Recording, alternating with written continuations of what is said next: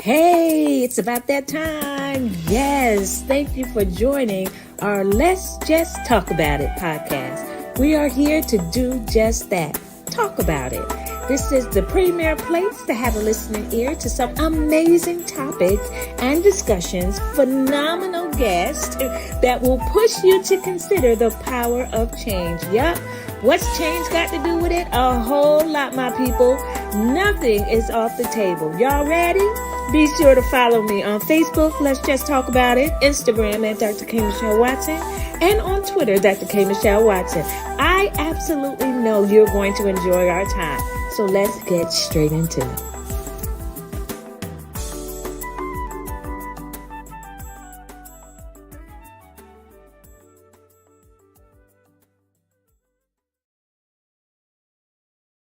Well, hey everyone.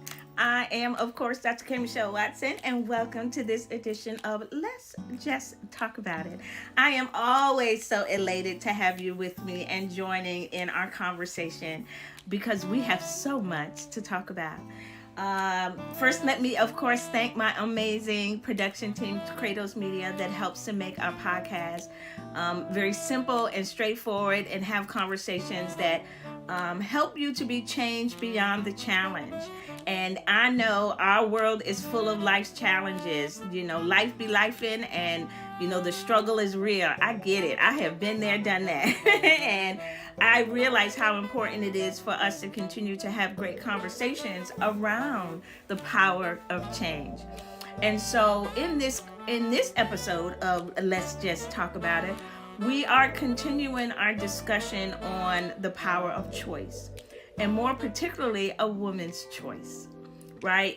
Because I feel like I am someone that can talk about the plight of women, the struggles that we face as women, the successes that we face as women, because one and foremost, I'm a woman and I am living the life authentically, right? And so as we have these conversations about it, and we are now in a very important time of our lives, which is a presidential election, it is so important that we continue to understand and balance what is at stake, especially at the heart of women.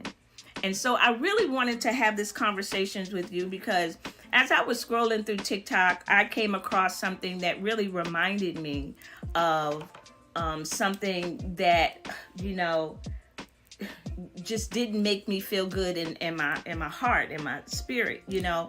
And so I went back and I looked at it, and I was looking at something back from when Brett Kavanaugh was going through his confirmation hearings, and none other than at that time Senator Kamala Harris asked him during that confirmation. She asked him this very specific question. She asked him the question, can you think of any laws that give the government the power to make decisions about the male body? I'll say that again. Can you think of any laws that gives the government the power to make decisions about the male body?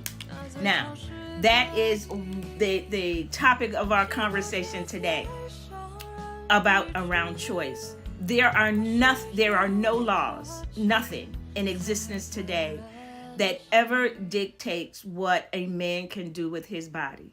Free reign. He can do whatever he wants, whenever he wants, how often he wants, and with whoever he wants.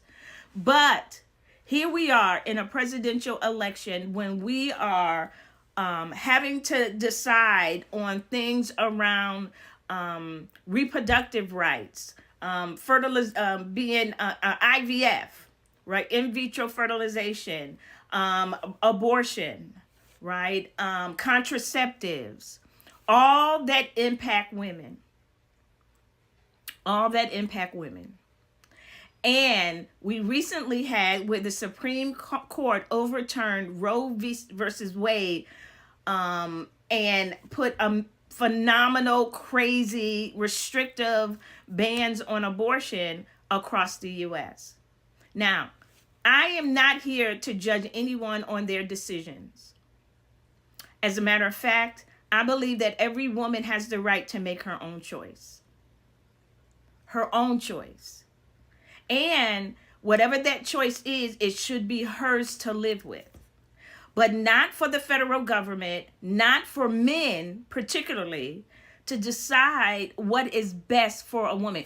Isn't it something that we have so many men that are putting laws and regulations in place for women, but have no sense of order to put any regulations against themselves?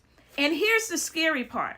We've got women, some women, that agree with that. Agree with, anti-abortion laws for whatever reasons, right? But here's the catch. Sometimes people don't realize the decisions that they're making when they don't directly affect them in some way, right? It's like me being able to tell someone not to have an abortion because life is precious and every life deserves a right to live. I get it, and I agree with that. Every life does deserve a right to live. But here's the catch. Even when that life comes to fruition and that parent is not able to take care of that child, we are struggling in the foster care system. We are struggling with adoptions. We are struggling in so many areas where we can't always fix every situation.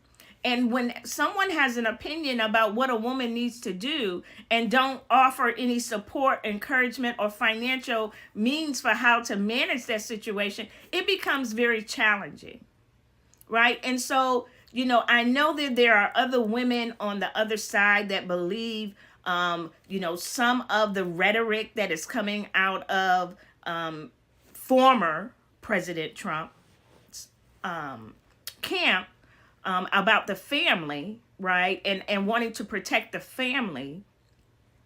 The situation is easy to call out now when it's not your situation. When you're not having to fight to have a baby that is no longer viable. When your daughter, your child has been raped because of incest or a pedophile. Circumstances changes when it's at your front door. Circumstances change when you're going through it. But can you imagine that your child has to go through, a 10-year-old child has to go through the means of having a child that was never meant to be, or her fault, or there is no, the fault around that, and she has no recourse?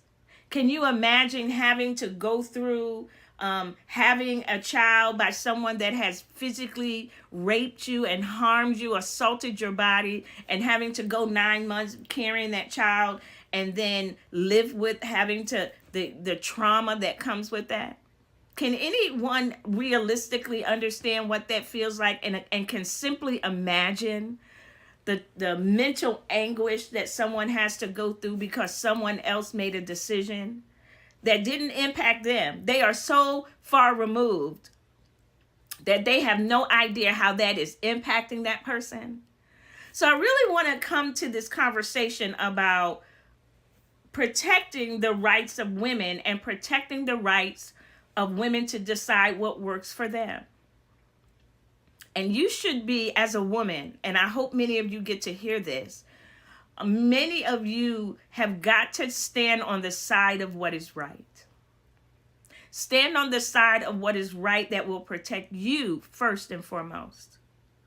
Not protecting a man, not protecting a government, not protecting someone that has no direct, connection to you whatsoever, but can make those types of decisions. It is not what we desire to have for our lives. So protect the ability that you have to make a choice. Stand on the side of right. Stand on the side that you will make a decision in this presidential election that will affect years and years and years to come. I have one granddaughter, and then 3 grandsons, and then I have bonus grandchildren. okay? Grandchildren that I love, and their children may not even be here yet. But I would hate to have these types of restrictions on my family, my children, my grandchildren, my grandchildren, my great grandchildren, because we didn't put into place laws that protect women. So I want to encourage you. We got lots to talk about on Let's Just Talk About It. And I'm so glad that you joined me for this episode, right? And there is so much more to come. I'm again your host, Dr. Mischele Watson. I am so glad to talk with you. And I'm looking forward to having more conversations with you to come. Grace and peace.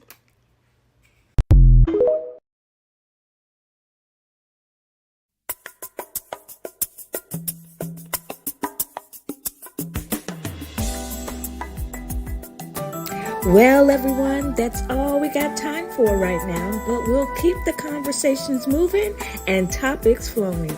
Join us for a new episode every Sunday at 8 p.m. for Let's Just Talk About It. Don't miss it, and don't forget to follow us on all social media platforms, Apple Podcasts, and YouTube. We'll always have a little something for you if you do. I'm your host, Dr. Mischele Watson, and I'll see you on our next episode. Be blessed.